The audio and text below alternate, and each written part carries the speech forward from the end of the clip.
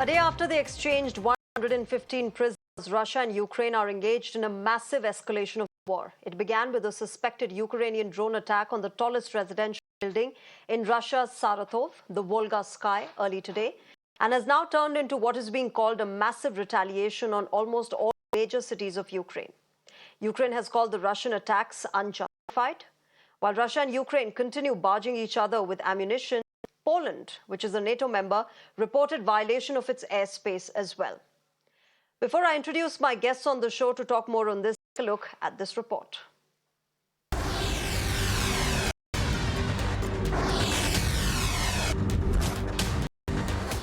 In what is being called the biggest combined attacks on Ukraine, Russia launched missiles in several cities on Monday, a day after it attacked northern, eastern and southern Ukraine last week.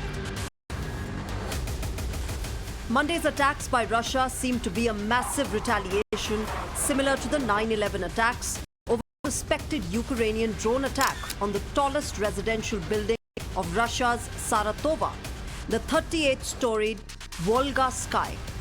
2 to 3 people were reportedly seriously injured. Multiple media reports suggested that explosions took place in the cities of Odessa, Vinnytsia, Zaporizhzhia, Kremenchuk, Kyiv, Dnipro, Khmelnytsky, Kropyvnytsky, Lviv and Rivne, mostly targeting Ukraine's energy infrastructure. Instant power cuts were seen across multiple cities, with live broadcast on Ukrainian TV being disrupted. Hundreds of people took shelter in metro stations in a bid to save themselves from Russian missiles. In a post on X, Ukrainian President Volodymyr Zelensky said, "Putin can only act within the limits the world sets for him. Every one of our partners knows that decisive actions are required to end this war justly. Ukraine cannot be constrained in its long-range capabilities when the terrorists face no such limitations." The recent escalation has raised concerns about civilians becoming a target in this war. But even as fears of the situation further deteriorating loom large, and Volodymyr Zelensky urges for another peace summit in the global south, neither side is willing to back off. Bureau Report, Mirror Now. All right, to talk more on this, I'm joined by Oleksiy Goncharenko. He's a Ukrainian MP. I'm also joined by Ben Aris, founder and editor-in-chief of the BNE, joining us from Moscow. Good evening, namaskar, welcome to both of you. Oleksiy, let me start with you first. Russia's calling it a retaliatory attack to the suspected Ukrainian attack that we saw today, the visuals of which resemble the 9/11 attacks in the United States. Your first reaction to that? Russia makes these attacks all the time for more than 2.5 years. And the war continues for even more than 10 years. About what retaliation we're speaking about? Russia started this unjustified war against Ukraine, and they attack us all the time. So it's just talking points that there's some special retaliation. They try to destroy Ukraine, and they don't care about when their attacks are hitting civilian population, people, children, women, and so on. So that's just a barbaric way how Russia makes the war. But, there has been the accusation and concerns, in fact, of civilians being targeted now in this war. And Ben, I'd like to understand from you, where does this go then? If civilians are targeted in this war, and today we saw visuals of the energy infrastructure of Ukraine also being targeted, how does this war end then? As far as civilians being targeted, then I don't think this is anything new. If anything, the civilian casualties have gone down dramatically from the first year when, because thanks to the air defenses that have been supplied by the Western allies, Patriot systems, a variety of rockets, Ukraine's developed its own air defense, which works fairly effectively. But if you remember back to the first year when cities like Mariupol were attacked, there was, untold civilian casualties running into the tens of thousands, with bodies just littered on the streets, unconnected because everybody was in their bunkers hiding from this onslaught of missiles. As for the Kremlin's line that this was tit for tat after Saratov was hit by a drone, again, I agree with Alexei that the attacks have been going on continuously, and there's not been much of a tit for tat on individual strikes and targeted. I think we put this into the context of the recent incursion into Kursk, where the AFU, the Ukrainian Armed Forces, have invaded Russia for the first time since the Second World War. And I think this is more likely to be, Russia's retort to that humiliation when, they've lost 1,000 square kilometers, over 90 settlements of their own territory, to a surprise attack, an extremely effective attack by the AFU. And Russia's here standing up and showing, look, we're not to be trifled with. It's taken them 2.5 weeks to get their act together, to assemble all of this and plan it. Now there's a massive onslaught, and it's there to remind the Ukrainian population that, Russia's not going to back off, and that it's a much bigger and better armed country than Ukraine is, and that they have the audacity to march into Russian territory, and they will be made to pay a price. And we saw that today. 100 missiles plus 100 drones hit at least 15 regions. The biggest attack we've seen since March, when the last huge barrage started. You're saying, Ben, that one of the biggest reasons behind this move by Russia is the fact that whatever's happening in Kursk has been embarrassing and humiliating for Vladimir Putin, and therefore this is kind of, to show Ukraine and perhaps a cover-up for that kind of an embarrassment that he's faced at a global stage. But Alexei, today, your president, Volodymyr Zelensky, has urged Ukraine's allies, including America, including the European countries, of letting Ukraine go for long-term actions and lift the kind of limitations that they say Russia doesn't have in using ammunition in attacking Ukraine. Do you have, any sort of expectation that the allies of Ukraine would agree to this? Definitely, that's a big problem for Ukraine, because we are like boxing with one hand behind our back. And it's very difficult. Russia is attacking the whole territory of Ukraine. You show the map. In reality, today we're attacking even more cities than you showed.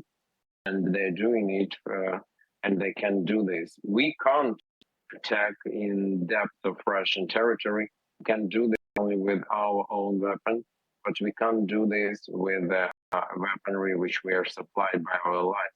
And that is a big problem for us. And definitely we want and ask our partners to just stop these limitations and to let us use the weapon how we need it to be used, how our military will make a decision about this. There are some changes. For example, now we can use Western weaponry on the territories close to the border between Russia and Ukraine. So Russian territories on the Russian side, we can use them, but we can't still use them in depth. And this gives a big leverage to Russia and bonus. And you show the numbers now. Russia is a much bigger country by population.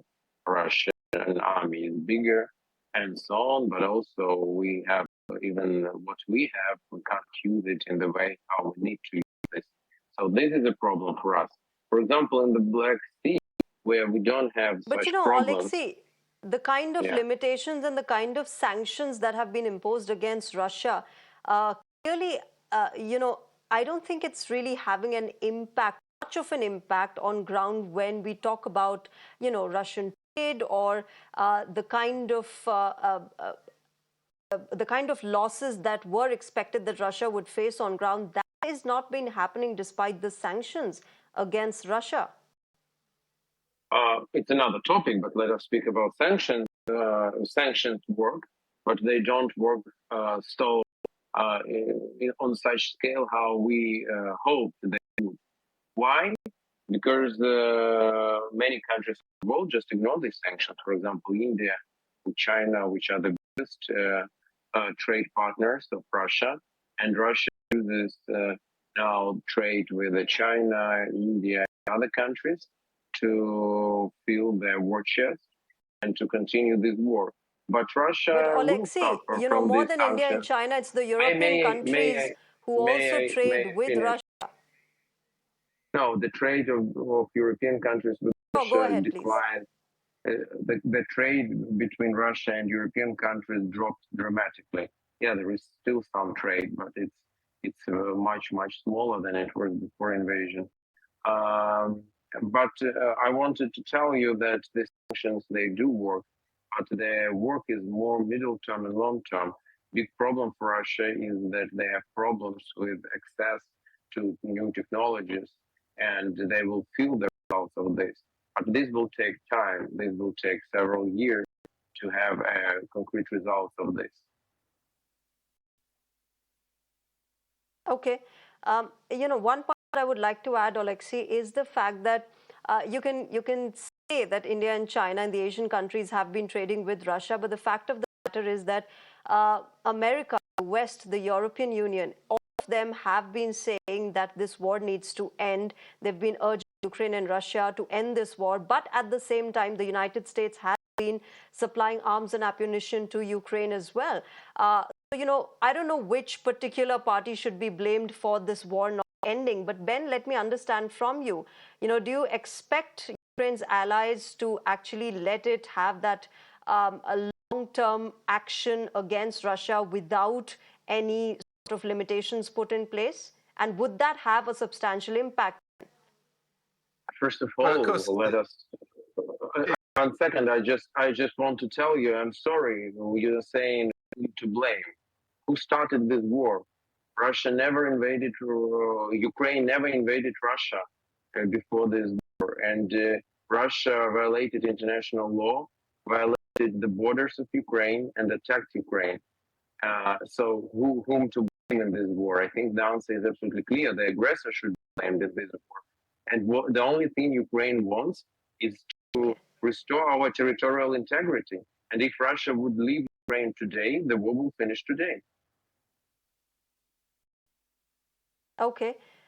Ben, would you like to respond to this? Also, the fact that, yes, you know, largely the fact that Russia has been attacking energy infrastructure in Ukraine, leaving hundreds and thousands of people without power and water, is something that not just Russia and Ukraine, but the entire world should be concerned about. Yes, I mean, Alexa is absolutely right. I mean, it was an unjustified invasion for whatever reason. There are a number of theories. But now we're in this war that the West has come to aid Ukraine. The issue here now is how much aid it will give. You mentioned, like, will the West give Ukraine unlimited arms, unlimited support? Will it give permission for Ukraine to use its powerful missiles that it has from the West and strike deeper? I mean, at the moment, it has permission to fire in Kursk and the immediate vicinity of the border, but the State Department in particular has said no way, that the policy remains unchanged. You may not use those missiles to strike targets further into Ukraine. And unfortunately, I think that the cold reality is that the Western policy, because they're afraid of this escalation, because they're afraid of the possibility of Russia saying, look, you're supplying Ukraine, this is a proxy war, actually we're being attacked by NATO, and then Russia counter-attacking by hitting targets in Poland, hitting supply chains coming in EU countries, then that's what they're terrified of, because that means Third World War. No one wants to go there. And so the cold reality is the West is supplying Ukraine with arms, and they're progressively getting more powerful. However, it always supplies them too little, too late. And the game plan here is to keep Ukraine in the war, but never give it enough so they can win. And the Kursk is an example. The ban on firing the missiles, like Alexei was calling for, deeper into Russia is another example, because those things would have caused chaos. Those things would give Ukraine the opportunity to put so much pressure on the Russian system, which is a bit creaky, that it could collapse. But as it is, they have one hand tied behind the back, as Alexei said. And in this conflict, unfortunately, it will just drag on. So the possibility of the West lifting those restrictions, of giving Ukraine everything it needs, I think is close to zero. And unfortunately, that means this will just drag on until we finally get to the point where there's some sort of negotiated ceasefire, which will necessarily entail Ukraine giving up territory or not being able to regain it. And you end up with a situation with disputed borders, disputed territory like Cyprus that will drag on for generations. I'm sorry to be pessimistic, but I think that's the fate of the end of this war. You know, before I go to Alexei and ask what the way forward is, what the solution is, let me also understand from you, Ben, the fact that Poland has also reported violations of its airspace today amid this escalation. Do you think Poland, being a NATO member, can invoke Article 4 of the NATO agreement? Can you see some sort of action or retaliation from NATO after this? Or will this still be a very curtailed reaction? It's, as I said, NATO does not want to go to war with Russia. That would be destructive for the whole of Europe. And it's happened before that we had a huge barrage today of like 200 drones and missiles. And some of them malfunction, go off target. It's not the first time that missiles have fallen into Poland. And previously, they were very careful to say, look, this is bad, but it's a mistake. We won't invoke Article 5. That it's not necessary. And I think they'll do the same thing again this time. They'll just say it was a missile that went off target, or strayed, fell in to Poland, and they will just ignore it. Because otherwise you start Third World War over one missile. I don't think anyone's prepared to do that. Okay.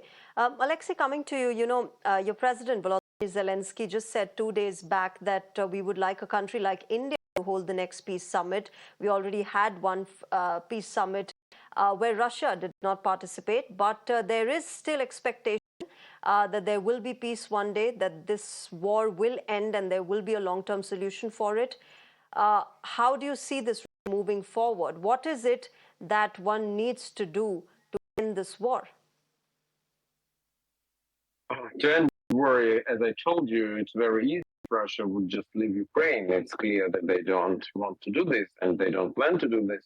But it's the easiest way to finish this war. I think about summits, I think it's a good idea to involve more India as a very important country in the world to play a bigger role in this. And why not make a special peace summit in India? I think it's a good idea. If India would agree, it can happen. But I think realistically, all these summits, they're not really moving us closer to peace. There's Russia understands only one language, language of strength. And I think that Russia doesn't want negotiations with anybody in the world except one country, the United States of America. And I think that Russia is now, Putin is waiting who will be president of the United States. And then there will be some attempt of some negotiations. That's how it looks like for me today. Yes, the war's finished one day, but if this war will finish not with the restoration of international law, and it means not by restoration of territorial integrity of Ukraine, this will mean that international law doesn't work in the world. And that will be a problem for everybody.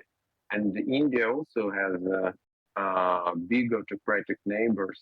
And I don't think that it's good for India or any other country to live in the world where big country can do whatever they want, ignoring international law. Yeah, that's why I think it's in the best interest of India to help to finish this war by restoring of international order and by respecting the international law. You know, which is what Alexei, our Prime Minister, has reiterated when he met President Zelensky as well, that India in any way will contribute to bringing in peace and ending this war in any humanitarian manner. But can I also understand from you, Alexei, the reason that President Putin has given for starting this attack, this war, was the fact that Ukraine should be part of NATO. You haven't still got the NATO membership? When is Ukraine getting the NATO membership? It's a good question. We are not invited for the moment. There is a decision that Ukraine will be in NATO, but nobody says exactly when. And I think that some NATO countries, they are afraid to accept Ukraine when the war continues, and they're afraid that Ukraine will immediately ask for using of Article 5. So we'll ask military help from from NATO members against Russia. I think that's the reason Ukraine is not still invited. So, but I think this is a mistake. I think that the only way to stop Putin is to show to him that he will never achieve his goals. That if Ukraine would be member of NATO 10 years ago, this war would never start. Just watch small countries, Estonia, Lithuania, Latvia, which are Baltic states, which are not attacked by Russia only on one reason, because they are members of NATO, and Putin is just afraid of NATO. So the problem is that Ukraine was not accepted to NATO earlier, and that made this war real, and that made this happen. Do you think, Alexei, the US presidential election in November will have a big impact on how this war moves forward beyond this? Yes, definitely. Because the United States is the most important supplier of Ukraine. You show the numbers, your numbers are correct. What you show to your viewers, American support is vital for Ukraine, especially military support. So our decision of American president, whoever will become a president, a lot of will depend, because if Ukraine will receive finally everything we need, that is one situation. If this support will go down with new president, it's completely other situation. So a lot of will depend on who will become president of the United States. Yes, we'll have to see, wait and watch how that really goes. But of course, it's in the interest of not just Russia and Ukraine, but the entire world that this war ends soon. We'll leave there. Alexei Goncharenko and Ben Aris, thank you very much to both of you gentlemen for joining us on Mirror Now and sharing your perspective.